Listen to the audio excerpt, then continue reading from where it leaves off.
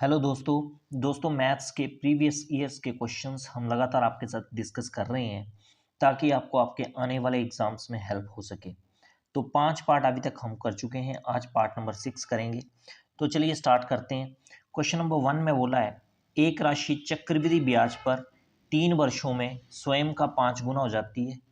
ब्याज का संयोजन बोलता है वार्षिक किया गया है, कितने वर्षों में राशि जो है स्वयं का 125 गुना हो जाएगी।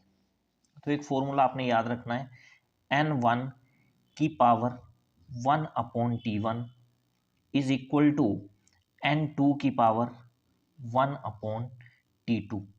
अब यहाँ पे n1 क्या है, जितने गुना राशि हो रही है, और t1 क्या है, जितने टाइम में हो रही है। तो पहली लाइन में क्या हो रहा है, राशि 5 गुना हो रही है, कितने टाइम में हो रही है जी, 3 वर्षों में हो रही है। तो n1 की जगह 5 आ जाएगा और t1 की जगह कितना आ जाएगा, 3 आ जाएगा, इक्वल टू 125 गुना हो रही है, कितने वर्षों में हो रही है ये बताना है आपको। तो n2 की जगह तो आएगा 125, और कितने वर्षों में हो रही है मतलब आपको t2 निकालना पड़ेगा। ठीक है, अब क्या करोगे आप, लेफ्ट साइड तो एज इट इज आ जाएगी 5 की पावर 1/3, और 125 को कैसे लिख सकते हो आप, 5 की पावर 3, 3 जब 1/T2 से मल्टीप्लाई होगा तो क्या आएगा, 5 की पावर 3/T2, ये आ जाएगा आपका। अब आपको पता है अगर बेस सेम है और बीच में इक्वल टू का साइन है तो पावरें भी क्या हो जाती हैं, इक्वल हो जाती हैं। तो पावरें क्या हो जाएंगी, इक्वल, मतलब 1/3 जो है वो इक्वल हो जाएगा 3/T2 के। ठीक है ना, क्रॉस मल्टीप्लाई कर लो आप, T2 की वैल्यू कितनी आ जाएगी आपके पास, 9 आ जाएगी। इसका मतलब राशि जो है 125 गुना कितने वर्षों में हो जाएगी, 9 वर्षों में। क्वेश्चन नंबर 1 का ऑप्शन ए जो है वो सही हो जाएगा। ठीक है, अगला क्वेश्चन देखते हैं। क्वेश्चन नंबर 2 में बोला है एक कमरे की लंबाई, चौड़ाई तथा ऊंचाई 21 मीटर, 12 मीटर तथा 16 मीटर है। उस कमरे में रखे जाने वाली सबसे लंबी छड़ की लंबाई क्या हुई। इंपॉर्टेंट क्वेश्चन है ये। देखो, इसमें एक सिंपल सा फॉर्मूला आपको याद रखना है, स्क्वायर रूट लंबाई का स्क्वायर, लंबाई कितनी है 21, तो 21 का स्क्वायर करोगे कितना आएगा, 441 आएगा, प्लस चौड़ाई का स्क्वायर, चौड़ाई कितनी है 12, 12 का स्क्वायर 144, प्लस ऊंचाई का स्क्वायर, ऊंचाई कितनी है 16 मीटर, 16 का स्क्वायर करोगे कितना आएगा 256 आ जाएगा। ये इन तीनों को जब आप प्लस करोगे तो ये आएगा आपके पास 841 मीटर आ जाएगा, और 841 का स्क्वायर रूट क्या होता है 29। तो इसका मतलब कमरे में रखी जाने वाली सबसे लंबी जो छड़ है उसकी लंबाई क्या होगी 29 मीटर। तो क्वेश्चन नंबर 2 का ऑप्शन सी जो है वो यहाँ पे सही हो जाएगा। ठीक है, अगला क्वेश्चन देखते हैं। क्वेश्चन नंबर 3 में बोला है अध्यापक के वजन को शामिल करने पर 22 छात्रों के समूह का औसत वजन 1 किलोग्राम से बढ़ जाता है। यदि 22 छात्रों का आरंभिक औसत वजन 31 किलोग्राम था तो अध्यापक का वजन क्या है। देखो, पहले तो हमें 22 छात्रों का टोटल वेट निकालना है। कैसे निकालोगे, 22 छात्रों का औसत वजन हमें पता है कितना है 31 किलोग्राम, तो टोटल वेट जो है 22 छात्रों का निकल जाएगा। कैसे निकलेगा, 22 गुना 31। ठीक है ना, तो 22 को 31 से मल्टीप्लाई करोगे ये आएगा 682 किलोग्राम। तो ये 22 छात्रों का वेट आ जाएगा आपके पास। एवरेज का फॉर्मूला आपको पता है क्या होता है, total weight divide by number of person. ठीक है, जितने लोग हैं।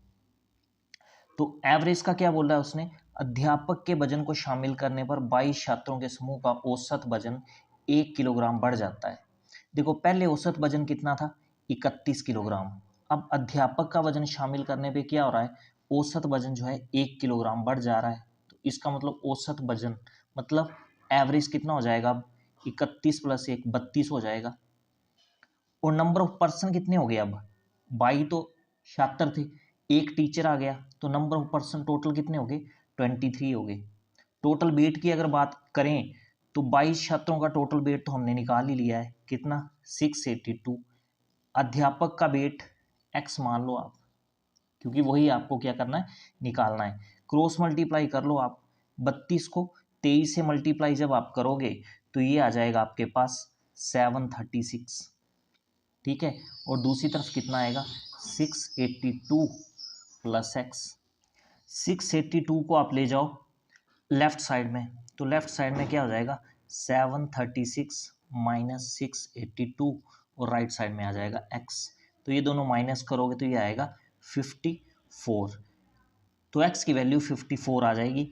और x क्या मानना था हमने, ये टीचर का वेट मानना था हमने, तो टीचर का वेट 54 किलोग्राम आ जाएगा। क्वेश्चन नंबर 3 का ऑप्शन ए सही हो जाएगा। ठीक है ना। अगला क्वेश्चन देखते हैं।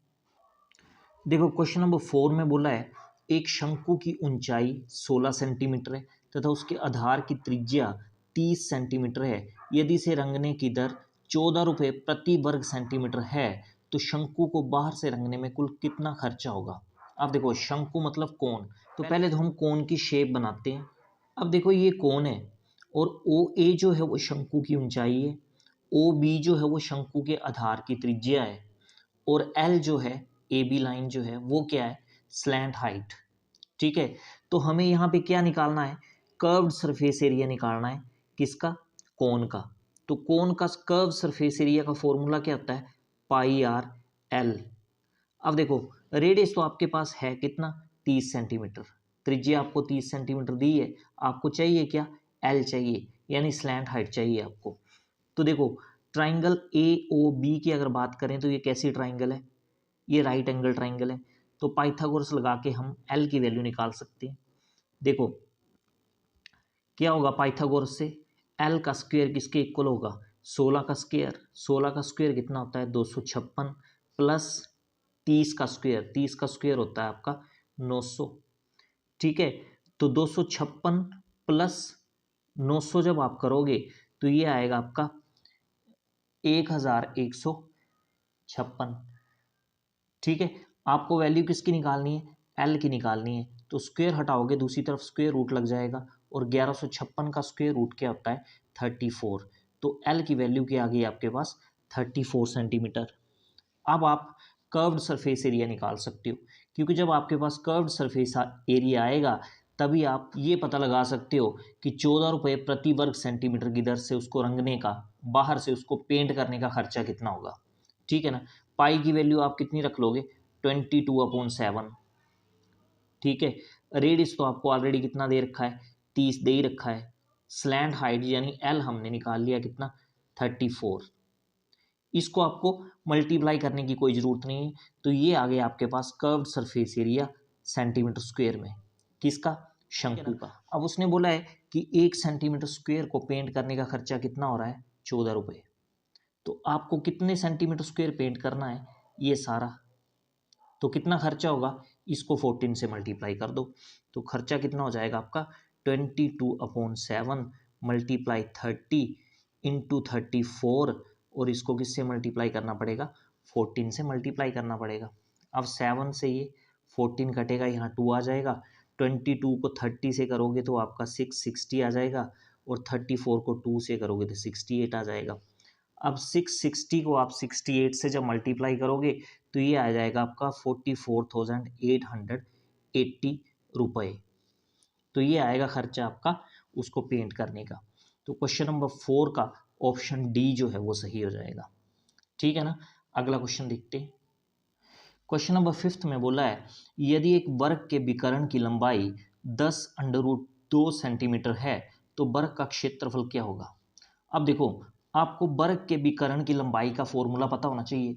देखो वर्ग के विकर्ण की लंबाई का फॉर्मूला होता है √2 इंटू ए, और ये वर्ग के विकर्ण की लंबाई दी किसके इक्वल है आपको 10√2 के इक्वल। यही बोला है ना क्वेश्चन में। √2 से √2 कैंसिल हो जाएगा, ए आ जाएगा आपके पास 10 सेंटीमीटर। ए क्या होता है वर्ग की भुजा। आपको क्या निकालना है एरिया निकालना है वर्ग का। क्या फॉर्मूला होता है भुजा इंटू भुजा। तो 10 गुना 10 करोगे कितना आ जाएगा 100 सेंटीमीटर स्क्वायर। तो क्वेश्चन नंबर 5 का ऑप्शन बी जो है वो सही हो जाएगा। ठीक है ना। तो ये थे आज के क्वेश्चंस। अगर वीडियो आपको अच्छा लगा तो इसको लाइक और शेयर करें, और चैनल को सब्सक्राइब भी कर दें। तो आज के लिए फ़िलहाल इतना ही। Thanks for watching.